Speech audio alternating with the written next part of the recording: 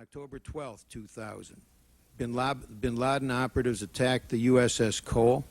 The FBI, which investigated that attack, learned that a bin Laden follower, Khalid, was the principal planner of the Cole bombing, and that two other participants in the Cole conspiracy had delivered money to Khalid at the Malaysia meeting. Now, the FBI told the CIA about those facts. That information came from the FBI to the CIA. CIA went back, reviewed the facts that they had about the Malaysia meeting again. And as a result of that review, in January of 2001, the CIA determined that Khalid had actually been at the Malaysia meeting and that Mihdhar and Hazmi, then, they knew, you knew, had been involved with the planner of the Cole bombing. Actually been with the planner of the Cole bombing at the Malaysia meeting. CIA again failed to put either Hazmi or Mihdhar on the watch list or to notify the FBI that Hazmi was in the United States.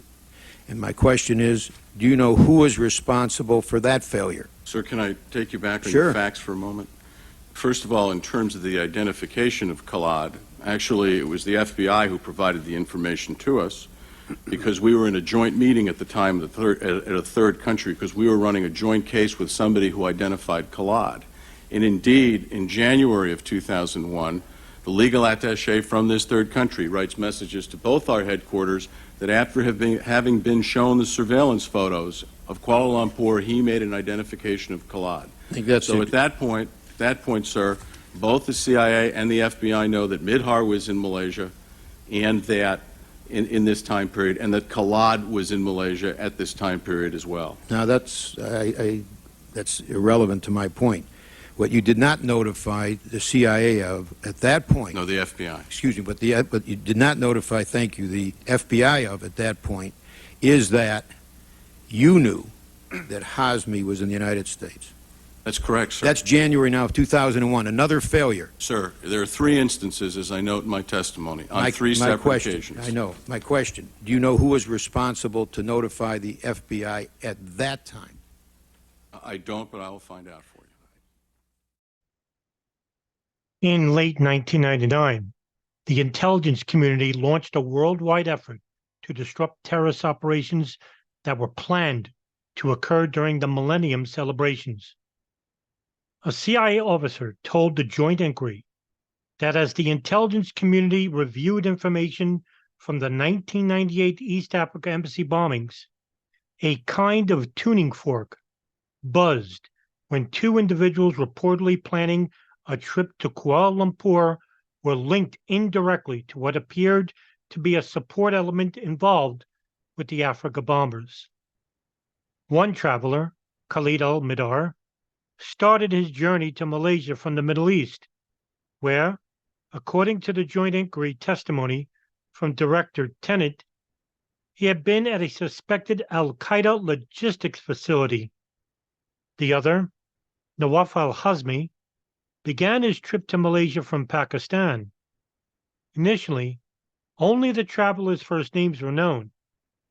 From the outset, information circulated throughout the intelligence community that identified them as terrorist operatives. For example, a CIA cable stated Nawaf's travel may be in support of a terrorist mission. The intelligence preceding the Malaysia meeting also showed that a person whose first name was Salim would attend. An intelligence analyst observed at the time that Salim may be Nawaf's younger brother, and that observation was reported to the other intelligence community agencies. The Kuala Lumpur meeting took place between January 5th and 8th in the year 2000. There had been no intelligence about what was discussed at the meeting, but according to Director of Central Intelligence Tennant, surveillance redacted. That began with Khalid al-Mihdhar's arrival on January 5th, indicated that the behavior of the individuals was consistent with clandestine activity. It was later determined that Khalid bin Atash, a leading operative in bin Laden's network, also attended the meeting. According to Director Tenet, Khalid was the most important figure at the Kuala Lumpur meeting, and he would later become a key planner in the October 2000 USS Cole bombing. The principal location of the meeting was a condominium owned by Yazid Sufat, who Director Tenet identified to the joint inquiry as a Malaysian chemist, directed by a terrorist leader to make his apartment available. Later in 2000, Sufat signed letters of introduction for Zacharias Musawi as a representative of his company. Letters Musawi took with him to the United States. Director Tenet testified that in early January of 2000, we managed to obtain a photocopy of al-Mihdhar's passport as he traveled to Kuala Lumpur. This gave the CIA al-Mihdhar's full name, his passport number, and birth information. It also showed that Khalid al-Mihdhar held a U.S. visa issued in Jeddah, Saudi Arabia in April of 1999 that would not expire until April of 2000. These facts were verified at the U.S. consulate in Jeddah before the meeting started. Director Tenet told the joint inquiry, quote, "We had at that point the level of detail needed to watchlist Khalid al-Mihdhar, that is, to nominate him to State Department for refusal of entry into the United States or to deny him another visa. Our officers remained focused on the surveillance operation and did not do so." End quote. Surveillance photographs of the meeting was taken by the redacted and transmitted to CIA headquarters. When the meeting ended, al-Mihdhar, al-Hazmi, and Khalid, under a different name, flew to Thailand, seated side by side.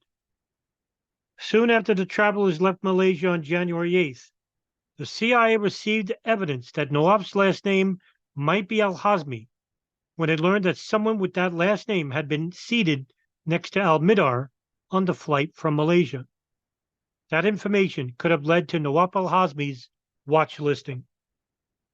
Unknown to the CIA since early 1999, the National Security Agency had information associating al-Hazmi by his full name with the bin Laden network. Information it did not disseminate. NSA Director Hayden told the joint inquiry, quote, "We did not disseminate information we received in early 1999 that was unexceptional in its content, except that it was associated the name of Nawaf al-Hazmi with al-Qaeda. At the time of the meeting in Kuala Lumpur, we had the al-Hazmi brothers, Nawaf and Salim, as well as Khalid al-Mihdhar in our sights. We knew of their association with al-Qaeda, and we shared this information with the community. I've looked at this closely.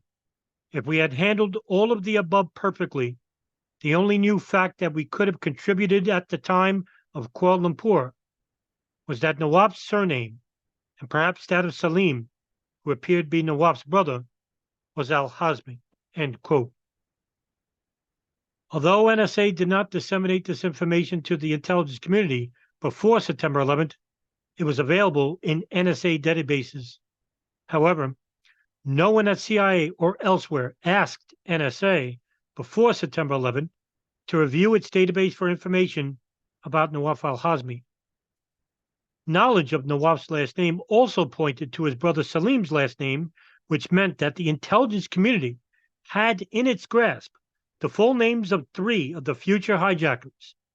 In addition, the State Department had in the records of its Jeddah consulate the fact that Nawaf and Salim al-Hazmi had obtained U.S. visas in April 1999, several days before Khalid al-Mihdhar obtained his U.S. visa at that consulate. Thus, at the time of the Malaysia meeting, the CIA had passport information regarding al-Mihdhar, including his U.S. visa. A CIA officer who was working as a CTC supervisor testified before the joint inquiry that a counterterrorism cable in early 2000 noted that Khalid al-Mihdhar's passport information had been passed to the FBI, but the CIA was unable to confirm either passage or receipt of the information, and thus could not identify the exact details that were passed. The joint inquiry found no record of the visa information at FBI headquarters. While the Malaysia meeting was in progress, a CIA employee sent an email to a CIA colleague describing exactly the briefings he had given to FBI agents on Khalid al-Mihdhar's activities.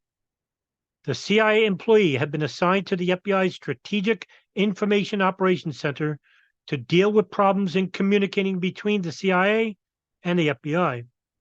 The email did not mention that al-Mihdhar held a U.S. visa, but did report that the CIA employee told the second FBI agent the following, quote, "This continues to be an intelligence operation. Thus far, a lot of suspicious activity had been observed, but nothing that would indicate evidence of an impending attack or criminal enterprise. I told the first FBI agent that as soon as something concrete is developed leading us to the criminal arena or to known FBI cases, we will immediately bring FBI into the loop. Like the first FBI agent yesterday, the second FBI agent stated that this was a fine approach and thanked me for keeping him in the loop," end quote. An email from the second FBI agent to FBI headquarters discussed the conversation with the CIA employee. This email also did not mention Khalid al-Mihdhar's visa information. None of the participants in these communications now recalls discussing the visa information.